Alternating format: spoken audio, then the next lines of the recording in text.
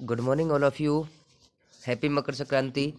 जैसे कि हमने पिछली वीडियो में पढ़ा था, हमने बॉयज़ एंड बॉयज़ नाम का टॉपिक पढ़ा था और बॉयज़ में सारी क्या चीज़ पढ़ी थी। बॉयज़ 2 टाइप्स के होते हैं और बॉयज़ को चेंज करने के रूल्स पढ़े थे। एक्टिव बॉयज़ को पैसिव बॉयज़ में चेंज करने के लिए कौन कौन से रूल होते हैं? 2 रूल होते हैं। First rule change of pronoun और second rule change of verb. Change of pronoun में हमने क्या पढ़ा था? चेंज ऑफ प्रोनाउन में हमने ये पढ़ा था कि आई अगर आ जाए ना एक्टिव वॉइस में तो किस में चेंज होगा? मी में। और मी अगर आ जाए तो आई में। ऐसे ही बी होगा अस में और अस हो जाएगा बी में।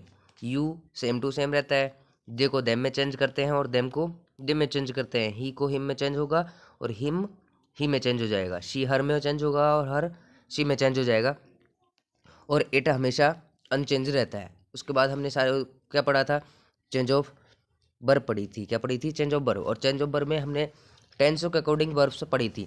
जैसे प्रेजेंट इंडेफिनिट में कौन सी मेन वर्ब आती है?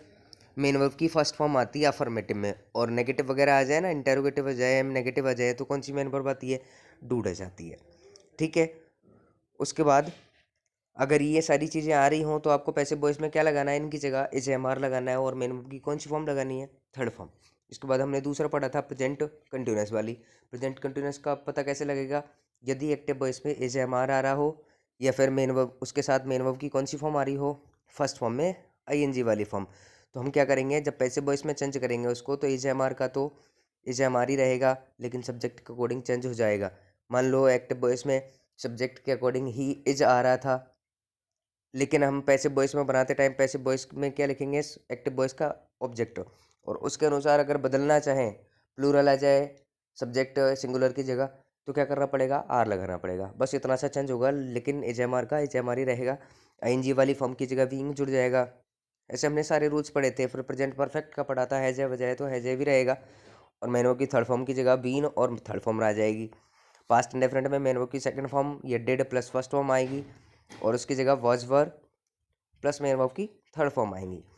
ऐसे ही पास्ट कंटिन्यूस पढ़ा था। पास्ट कंटिन्यूस में वॉज वर आता है, मेन वर्ब की फर्स्ट फॉर्म में आईएनजी आता है, तो वॉज वर का वॉज वर ही रहता है, लेकिन आईएनजी वाली फॉर्म की जगह बीइंग आएगा और मेन वर्ब की थर्ड फॉर्म लग जाएगी। ऐसे ही पास्ट परफेक्ट पढ़ा था, हेड प्लस थर्ड फॉर्म आती है, लेकिन किस में चेंज हो जाएंगी? Had been plus main verb की थर्ड फॉर्म। ऐसे ही हमने आगे का रूल्स पढ़ा था कि मॉडल्स अगर आ जाएं, एक्टिव वॉइस में मॉडल्स आ रहा हो, कैन आ जाए, कुड हुआ, may might must will shall would should ought to वगैरह जो भी मॉडल्स हैं उनके साथ मेन वर्ब की फर्स्ट फॉर्म आती है हमेशा। लेकिन जब एक्टिव वॉइस में आएंगी तो पैसिव वॉइस में कैसे चेंज होगा? जो मॉडल जो एक्टिव वॉइस में दिया हुआ होगा वही मॉडल किस में आएगा? पैसिव वॉइस में आएगा, लेकिन उसके साथ एक चीज़ और ऐड हो जाएगी, बी। और मेन वर्ब की फर्स्ट फॉर्म जो दी हुई होगी उसको किस में चेंज करना होगा? मेन वर्ब की थर्ड फॉर्म में। ठीक है। फिर हमने नीचे नोट था कि main verb present perfect continuous, present past perfect continuous और फ्यूचर टेंस है ना, वो पैसिव वॉइस में चेंज नहीं होता। अब आगे आगे आज हम सेंटेंस बनाना सीखेंगे कि कैसे बनाते हैं। तो सबसे पहले ना हम अफर्मेटिव पढ़ेंगे, सारे टेंसों के एक एक दो दो सभी के एग्जांपल्स पढ़ेंगे और अफर्मेटिव पढ़ेंगे। अफर्मेटिव के बाद में हम नेगेटिव, तो अफर्मेटिव के जैसा ही होता है, नेगेटिव अधिकतर एग्जाम्स में आता भी नहीं है। तो क्या करेंगे हम? अफर्मेटिव के बाद इंटेरोगेटिव पढ़ेंगे, इंटेरोगेटिव के बाद इम्पेरेटिव पढ़ेंगे, ये सारे सेंटेंस पढ़ेंगे। तो अफर्मेटिव पढ़ेंगे, अफर्मेटिव भी हम टेंसेज के अकॉर्डिंग पढ़ेंगे। जैसे अफर्मेटिव सेंटेंस हमने क्या डाली हुई है? यहाँ हेडिंग डाली हुई है अफर्मेटिव सेंटेंस। ठीक है। तो अफर्मेटिव सेंटेंस के बाद हमने यहाँ क्या डाला हुआ है? Present indefinite. मतलब हमको अफर्मेटिव किसके पढ़ने हैं? प्रेजेंट इंडेफिनिट के अफर्मेटिव पढ़ने हैं। ठीक है। तो सुनिए, प्रेजेंट इंडेफिनिट का अफर्मेटिव का फॉर्मूला क्या होता है? एक्टिव वॉइस का मतलब ये समझ लो आप क्या है? टेंस है। और उसका फॉर्मूला क्या होता था? सब्जेक्ट मेन वर्ब की फर्स्ट फॉर्म में एस या ई एस और उसके बाद क्या आता था? ऑब्जेक्ट। तो हमको कुछ नहीं करना पैसिव वॉइस में चेंज करने के लिए। जो लास्ट में लिखा हुआ होगा ना ऑब्जेक्ट, उसको तो हम क्या लिख देंगे? सब्जेक्ट की जगह पे लिख देंगे, ऑब्जेक्ट स्टार्टिंग में आ जाएगा। उसके बाद हमने रूल्स में पढ़ा था कि मेन वर्ब की फर्स्ट फॉर्म आ रही हो और एस या ई एस लग रहा हो तो हम किस में चेंज करेंगे? उसको एच एम आर में। किस में चेंज करेंगे? एच एम आर में। और जो मेन वर्ब की फर्स्ट फॉर्म है उसको किस में चेंज कर देंगे? थर्ड फॉर्म में। ये तो फिक्स रहेगा कि कोई सी भी फॉर्म आ जाए एक्टिव वॉइस में, पैसिव वॉइस में उसकी थर्ड फॉर्म ही लगानी है। उसके बाद ये मेन वर्ब और हेल्पिंग वर्ब वाले रूल हो गए। बचा क्या, ये वाला सब्जेक्ट बचा, जो हम क्या करेंगे पैसिव वॉइस में इसको लास्ट में बाई के साथ लगा देंगे, by plus subject. First example सुनिए। एक्टिव वॉइस में हमने दिया हुआ है ऋतिक ईट्स एन एप्पल। ठीक है, तो ऋतिक क्या है, सब्जेक्ट हो गई। ईट्स, ईट फर्स्ट फॉर्म है और फर्स्ट फॉर्म में क्या लग रहा है, एस या ई एस लग रहा है, और ऑब्जेक्ट क्या है, एन एप्पल। तो हम क्या करेंगे, सबसे पहले हमको लास्ट वाला देखना है, जो ऑब्जेक्ट है ना उसको स्टार्टिंग में रख देना है। तो हमने स्टार्टिंग में सबसे पहले किसको रख दिया, एन एप्पल को। तो हमारा यहाँ पैसिव वॉइस का ये सब्जेक्ट है, लेकिन एक्टिव वॉइस का ये क्या था, ऑब्जेक्ट है। लेकिन हम पैसिव वॉइस में जब बनाएंगे ना तो ये सब्जेक्ट के रूप में काम आएगा। तो एन एप्पल लिख दिया। अब सुनिए, मेन वर्ब की फर्स्ट फॉर्म में ऐसे ही ये सारा था।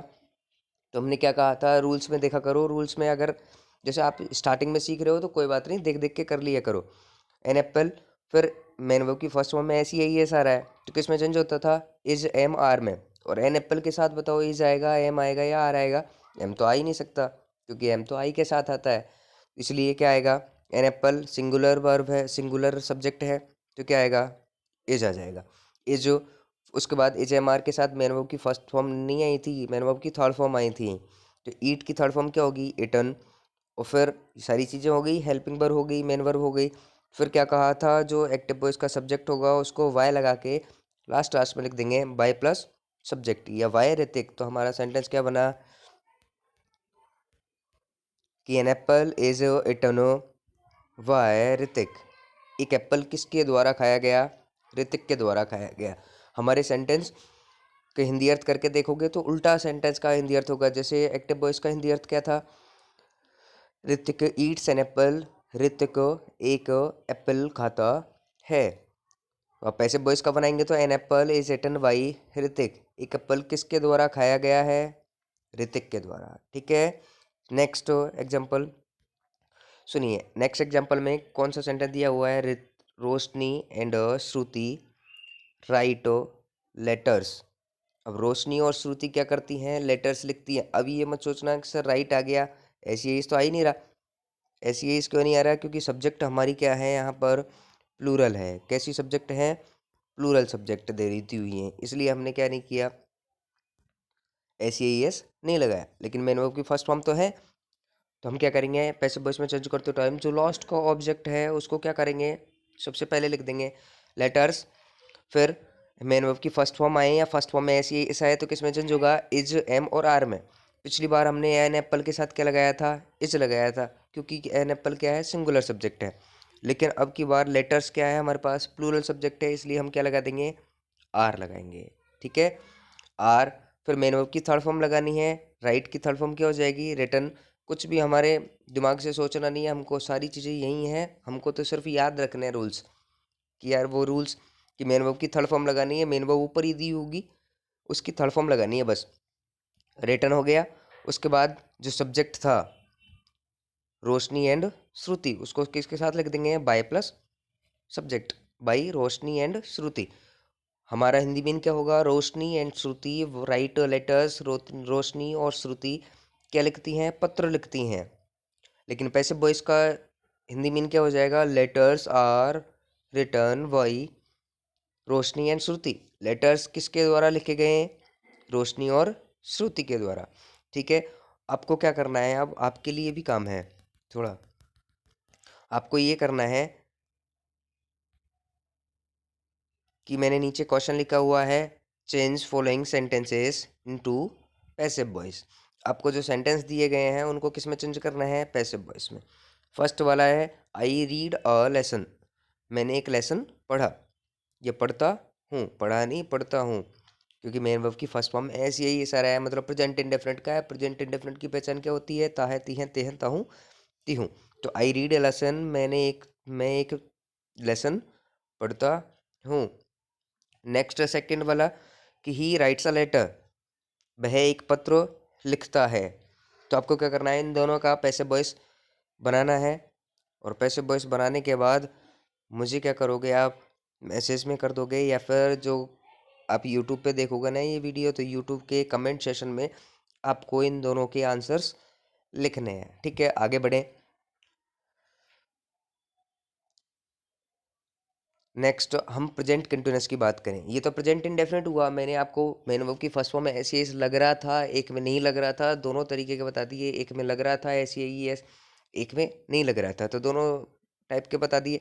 अब प्रेजेंट कंटिन्यूअस की बात करें। प्रेजेंट कंटिन्यूअस में क्या होता है कि हम सीधे ही एग्जांपल्स पढ़ेंगे, क्योंकि प्रेजेंट कंटिन्यूअस में हमको स्ट्रक्चर तो सबका पता है। सबसे पहले क्या आता है, सब्जेक्ट आता है, फिर क्या आता है, हेल्पिंग वर्ब। और प्रेजेंट कंटिन्यूअस की हेल्पिंग वर्ब कौन सी होती है, प्रेजेंट कंटिन्यूअस की हेल्पिंग वर्ब, प्रेजेंट कंटिन्यूअस में helping verb is am are आएगी, और मेन वर्ब की फर्स्ट फॉर्म में क्या आएगा, आई एन जी आएगा, और उसके बाद ऑब्जेक्ट आएगा। जैसे हम सबसे पहले एग्जांपल देखें, the gardener is plucking a flower. तो हमको क्या करना है, जो ऑब्जेक्ट दिया हुआ होता है, क्योंकि ये हमारी सब्जेक्ट है, उसके गार्डनर हमारी सब्जेक्ट है, फिर ये जो प्लकिंग इज हेल्पिंग वर्ब है और प्लकिंग मेन वर्ब है, तो दोनों ही क्या है, वर्ब है। उसके बाद ए लेटर ए फ्लावर, ये क्या है, ऑब्जेक्ट। तो हमको क्या करना है, पैसिव वॉइस में सबसे पहले सारी चीज़ों को छोड़ के एक्टिव वॉइस का क्या लिख देना होता है, ऑब्जेक्ट लिख देना होता है। लिख दिया ऑब्जेक्ट ए फ्लावर। उसके बाद हमको इज एम आर का, हमने सेकंड वाला रूल पढ़ा था, इज एम आर का इज एम आर ही रहेगा, लेकिन आईएनजी वाली फॉर्म की जगह बीइंग जुड़ जाएगा। क्या जुड़ जाएगा, बीइंग। अब यूँ मत सोचना कि एक्टिव वॉइस में इज आया है इसलिए हमने यहाँ भी इज लिख दिया, नहीं। एक्टिव वॉइस में सब्जेक्ट क्या था, गार्डनर, तो हमने गार्डनर के हिसाब से इज लगाया। और यहाँ सब्जेक्ट क्या है हमारा, ए फ्लावर, तो हमने क्या लगा दिया, यहाँ इज लगा दिया, क्योंकि ए फ्लावर भी क्या होता है, सिंगुलर सब्जेक्ट होती है, तो हमने इज लगाई। यदि यहाँ पर फ्लावर्स आता ना, तो हम क्या लगाते, आर लगाते। इज हो गया। उसके बाद में क्या लगाएंगे, बीइंग लगाएंगे, और मेन वर्ब की फर्स्ट फॉर्म कौन सी है, प्लक, तो प्लक की थर्ड फॉर्म लिख देंगे कौन सी, प्लक्ड। और फिर main verb, helping verb, main verb वगैरह हो गई। तो हमको क्या करना होगा, जो सबसे पहले सब्जेक्ट आ रहा था यहाँ पर, ये द गार्डनर, उसको वाई के साथ लिख देंगे, वाई द गार्डनर। तो हमारा हिंदी में क्या हो जाएगा, हमारा हिंदी में क्या हो जाएगा, a flower is being plucked by the gardener. एक फूल किसके द्वारा तोड़ा गया, तोड़ा जा रहा है, गार्डनर के द्वारा तोड़ा जा रहा है। Next active voice, the teacher is teaching a chapter. Teacher क्या कर रहा है, एक चैप्टर पढ़ा रहा है, तो द टीचर क्या है, सब्जेक्ट।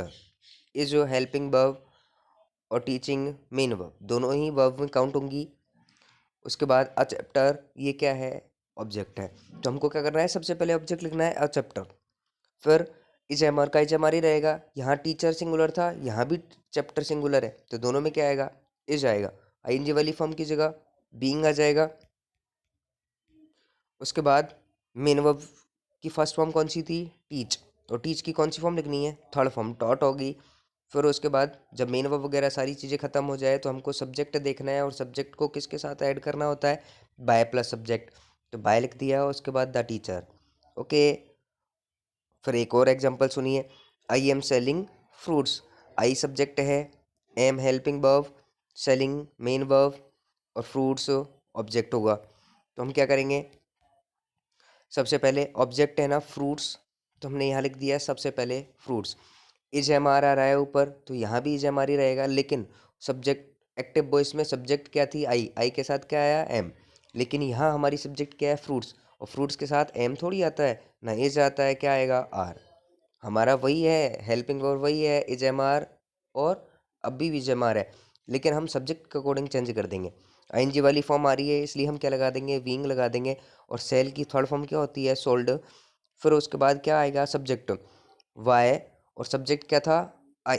ये तो कहा था सब्जेक्ट को कहाँ लिखना है, लास्ट लास्ट में बाय के साथ, लेकिन प्रोनाउन का चेंज और बताया था कि आई किस में चेंज होगा, मी में। किस में चेंज होगा, मी में। ठीक है, समझ में आ गया।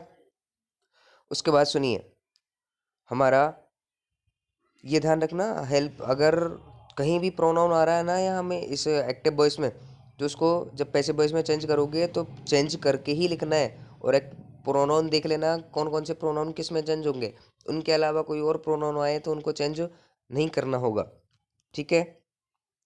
फिर आपके लिए यहाँ भी क्वेश्चन हैं दो, convert following sentences into passive voice.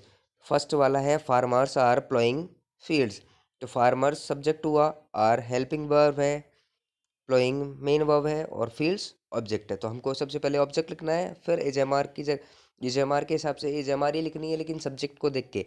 फिर मेन वर्ब की थर्ड फॉर्म लिखनी है, प्लो की थर्ड फॉर्म प्लॉड होती है, ईडी लगा दोगे बस, ठीक है। फिर सेकंड वाला sentence, Vivek is playing cricket, Vivek क्या खेल रहा है, क्रिकेट खेल रहा है, ठीक है।